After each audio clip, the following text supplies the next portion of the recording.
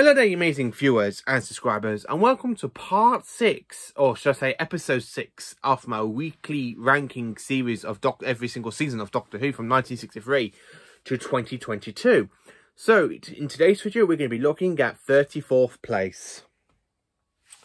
So, over the last 5 weeks, we have looked over from in episode 1 from my least favourite, and we're making our way down to my all-time favourite season of Doctor Who. So, this is 34. We have got a lot of weeks to go to episode 1. So I hope you are pretty much enjoying it. So if you haven't seen the other episodes, I do recommend them. Go check them out before you watch this episode. So basically, did start this series in January, and we're now coming up to the last week of February, second to last week of February. So I have started this series a couple of weeks, like I say, 5 weeks ago. So go back, check out those episodes, and then come back onto this one. So, talking about 34th place, it is no other than Doctor Who Season 20. Yes, Peter Davis's second season as the 5th Doctor. Is it a strong season? Not really. Is it a weak season? Not really. It's just, this is where we get to the ones that are like pretty mashed. I mean, from 34 up to like 11, it's like they're all like, you got some good stories in it, you got some bad stories in it, you got some stories, but this is my opinion alone. I just really enjoy a lot more of Doctor Who seasons and series a lot up in this list, where the ones that I don't really enjoy as much is down here at this bottom of the list. So 34th place, as I said, it is season 20, containing over 6 stories, which is Arc of Infinity, Snake Dance, Mourning Undead, Terminus, Enlightenment, King's Demon, and of course the 5 Doctors. Now, anybody who knows me, you all know that the 5 Doctors is my all-time favourite Peter Davison story. Well, one of the 5. After Case of Androzani, Resurrection of the Daleks, Earthshock, and then the 5 Doctors. And I have to say, for a season that contains the 5 Doctors to be very down, it's nothing to do with the stories. If I was going to rank all of the single episodes of Doctor Who, like all the stories from 1963 to 2022, it will be a massive long video. I will probably have to start that in January 2023, and I will finish in December 2023 to go through every single episode, because there are 279 stories and 864 episodes of Doctor Who at the moment. Probably, so, you know, it will be a very long video to go through all of 874 episodes of Doctor Who. So, talking about each season. So, this season we have the return of Omega, the Mara, the Black Guardian, the Master, and then, of course, we have the epic story of the 5 Doctors. We also have the return of the Time Lords in 2 stories. So I'm going to be talking about each of these stories and what I personally think of them. Are they good? Are they bad? You know, are they meh? This is pretty much of a meh season. Well, yeah. To be honest with you, this is a pretty much of a meh sort of season. I don't really go back and watch a lot of stories for season 20. The only one I actually do go back and rewatch an awful lot is, of course, the 5 Doctors, because the 5 Doctors is a brilliant story. I just absolutely love it. I really do enjoy the 5 Doctors, I have to say, and I'm sorry to say that, I really do. So, talking about Arc of Infinity, we have Omega contacting a Time Lord on Gallifrey from the universe of Antimatter, where we basically saw him in the 3 Doctors. But we thought Omega would have died when the black hole went supernova to give Gallifrey back his power between the 2nd Doctor and the 3rd Doctor. Especially when Omega knocked the force field generator out of the Doctor's hand and the 2nd Doctor's flute ends up going it. So you got antimatter and matter, bam, into a black hole. So anyway, Omega comes back. This story sees the return of Tegan, because Tegan does leave in season 19, at the end of season 19, in Time Flight, because she actually goes off to look around at Heathrow Airport, and then you basically goes back to where you got like the Captain Stampy and all that lot from Time Flight, and she goes, "Happy Landings, Doctor." Goes, "Oh, hello, I thought you were going with the Doctor." So did I. So that's basically how it happens. But Tegan gets fired from being an air hostess.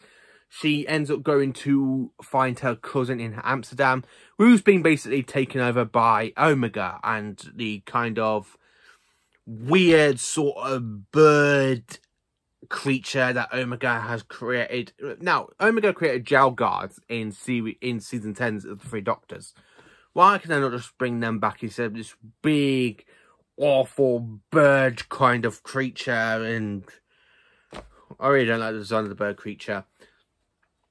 Omega stealing the Doctor's face, like the Doctor's body print that basically has been took out from the Time Lords, and the Time Lords blaming the Doctor for it. And the Doctor goes, "Killing me, we're happy that there's a traitor back here on Gallifrey." "No, Doctor, you're the traitor here." "No, somebody here is the traitor. I'm not the traitor. I was in my TARDIS travelling through time and space. I was going sort of, yeah, no, so on and so on and so on." It's not really a great story. It does have some good aspects in it. It has some bad aspects in it, like over here's the bad, over here's the good. The rest of it, if you combine the bad and the good stuff together, you got an okay-ish episode. You know, you got an okay-ish 4-part story. That's just one good thing about it, I have to say. The next story is Snake Dance. Now, Tegan is still possessed by the Mara from Kinder. So, after the Doctor basically thought he got rid of the Mara out of Tegan's mind, it turns out the Mara was somewhere deep inside her consciousness. And basically, the Mara programs Tegan to take the TARDIS to its home planet. So the Doctor's got to find out why Tegan has ended up going to the Mara's home planet, where you kind of got this celebration of the Mara. So they're like, "Yay, we got rid of the Mara." And the Mara's just there going, "I'm back, bitches." It's just like that. Snake Dance, for me, yes, it is good as Kinder. I do enjoy Snake Dance and Kinder. Snake Dance and Kinder are pretty much good, but out of season 20, for me to enjoy every single story, it's definitely 5 Doctors, then Snake Dance, then More in Undead, then Enlightenment, Terminus, then of course the King's Demon, and then right at the bottom of the list is basically Arc of Infinity. I just don't really like Arc of Infinity that much. I really do enjoy Snake Dance. I like the fact we have a very young actor who plays Doc Martin in the ITV series. He's in this episode, in this 4-part amazing story.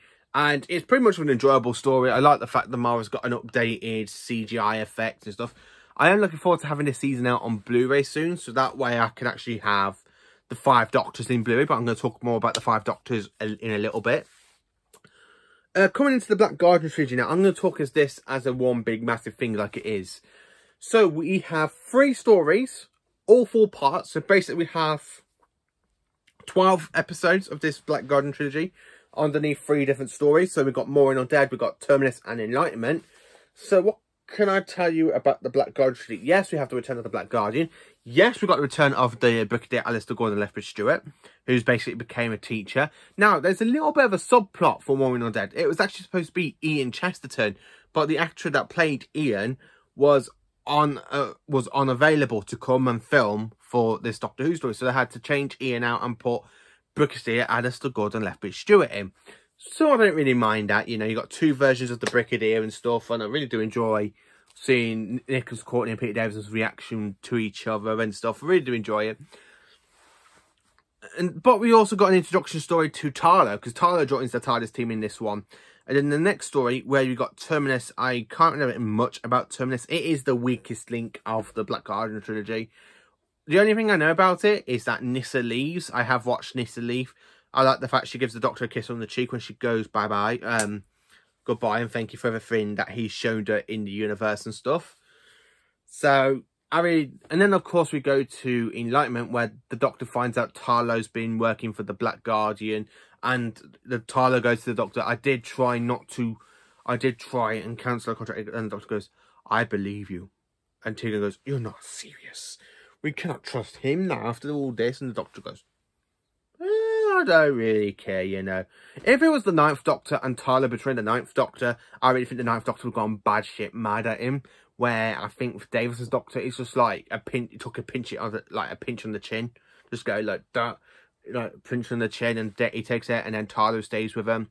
The next story is, of course, the King's Demons, with the shape-shifting chameleon. I really do enjoy Chameleon. I really think he's an interesting subplot, really, that the Doctor and the Master kind of have that massive like battle between worlds. The Master goes, "My will's stronger than yours, Doctor," and the Doctor goes, And I like the fact the Master goes, is it about time you regenerated, Doctor? Your will is no longer stronger than mine. And the Doctor's like, yes, it is. And then, of course, Tegan brings the TARDIS to the Doctor, or Tyler. I can't remember which one it was. It's been a while since I watched the King's Demons.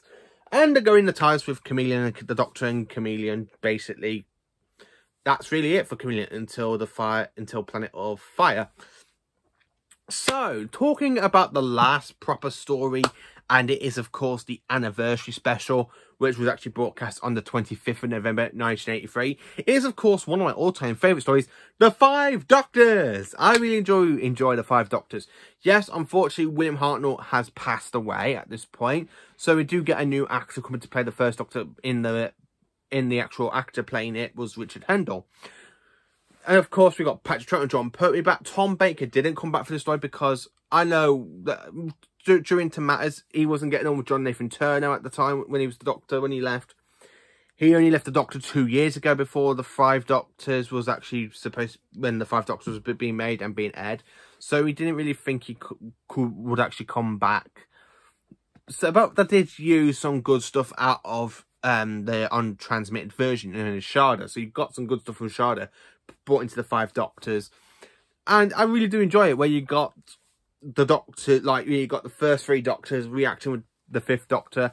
And also we do see the return of the Daleks after 5 years since 1979. Like, we only see one Dalek. We've got the return of the Cybermen. We have the Yeti, an Ostrom robot.